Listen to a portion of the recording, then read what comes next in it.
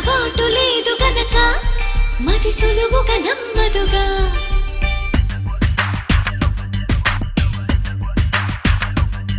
చిగురాకు చాటు చిలక తను నడవద ధీమాగా అనుకోని దారి గనక ఈ తికమక